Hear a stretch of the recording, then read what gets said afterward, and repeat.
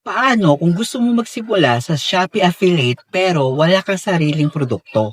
Wala kang magandang product photos at ayaw mo ipakita yung sarili mo sa bawat video. Sa tutorial na to, gagawa tayo ng UGC style avatar na pwede mong gamitin sa product content at sabay natin iset up yung Facebook presence mo kung paano magsimula sa Facebook at saka Shopee Affiliate kahit beginner ka pa lang. This time naman, gagawin natin yung setup step by step. At huwag kang mag-alala kahit na wala kang experience sa graphic design, content creation, o AI dahil sundan na lang natin step by step.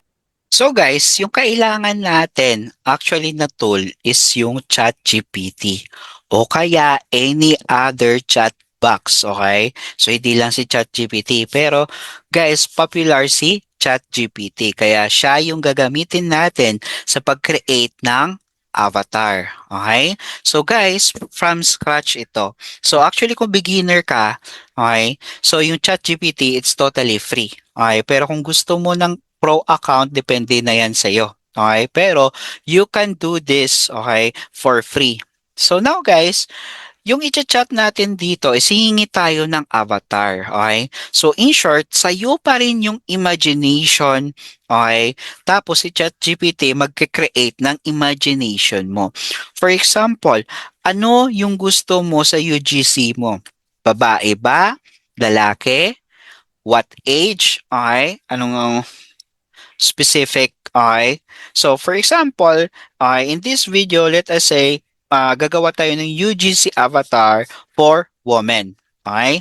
So let us say, can you help me make a UGC avatar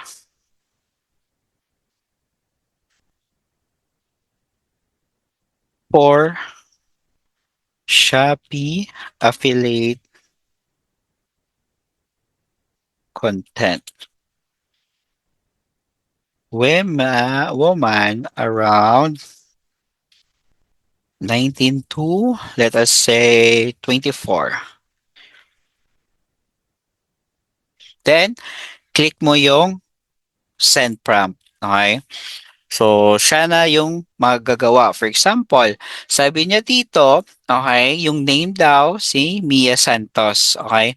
Tapos, age 21, Filipina, warm, morena. Okay? So, lahat ng yan, okay? Visual identity. Okay?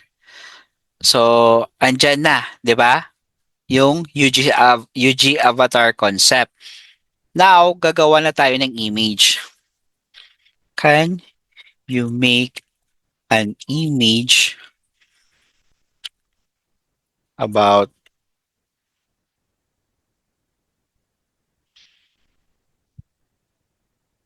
the avatar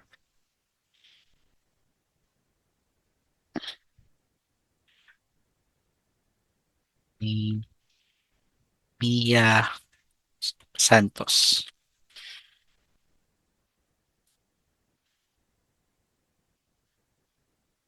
in her room?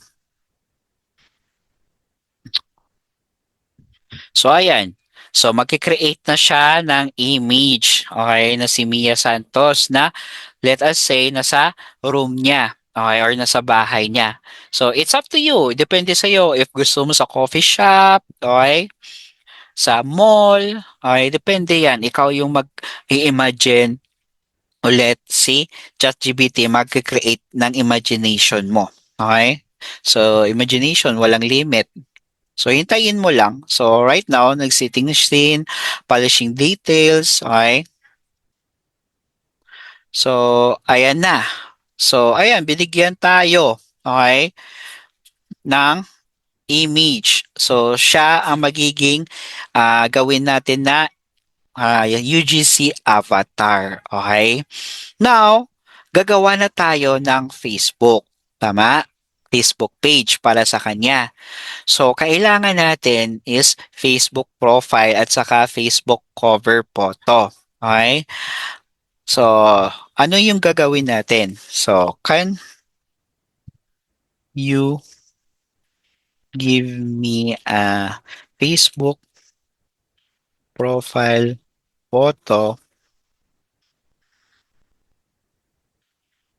about my avatar, Mia Santos.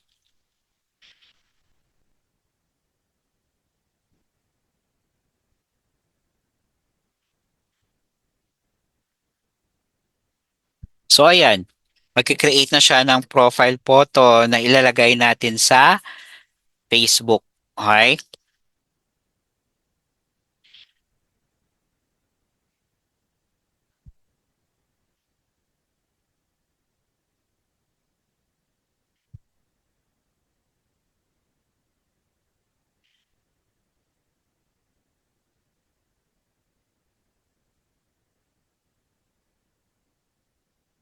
So ayan guys, ito yung magiging profile natin. Okay? Now, cover photo naman. So all you have to do is copy mo lang to. Okay? Tapos paste. Tapos change mo lang yung profile to cover photo. Tapos click na send prompt. Tapos hintayin mo lang. So guys, pwede mo itong gawin actually sa CP. Okay? Download mo lang yung app na ChatGPT. So hintayin mo lang. So habang naghihintay ka, pwede ka magkape. Okay? So ayan, making the first drop na. Setting the scene. So ayan, meron na tayong cover photo. Okay? So sobrang professional, 'di ba guys? So now, let us say hindi mo gusto yung name na Mia Santos sa Facebook, 'di ba? Pwede naman na i-change mo 'yon. Okay? So tanungin mo lang si ChatGPT. Can you help me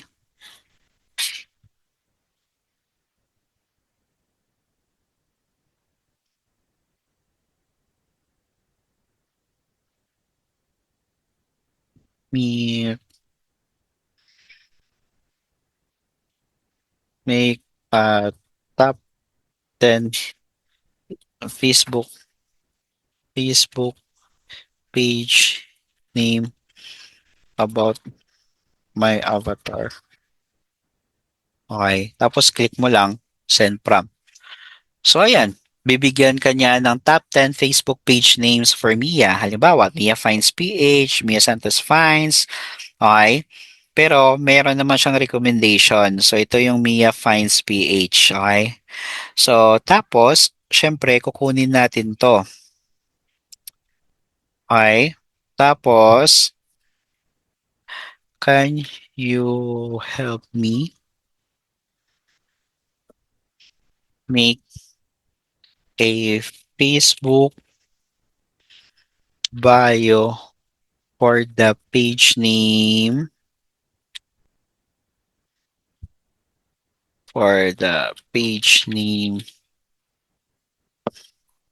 So ayan, bibigyan ka niya ng bio. Okay, so ito yung option 1, option 2, at saka option 3. Okay, pero sabi niya, ito yung recommended niya. Okay?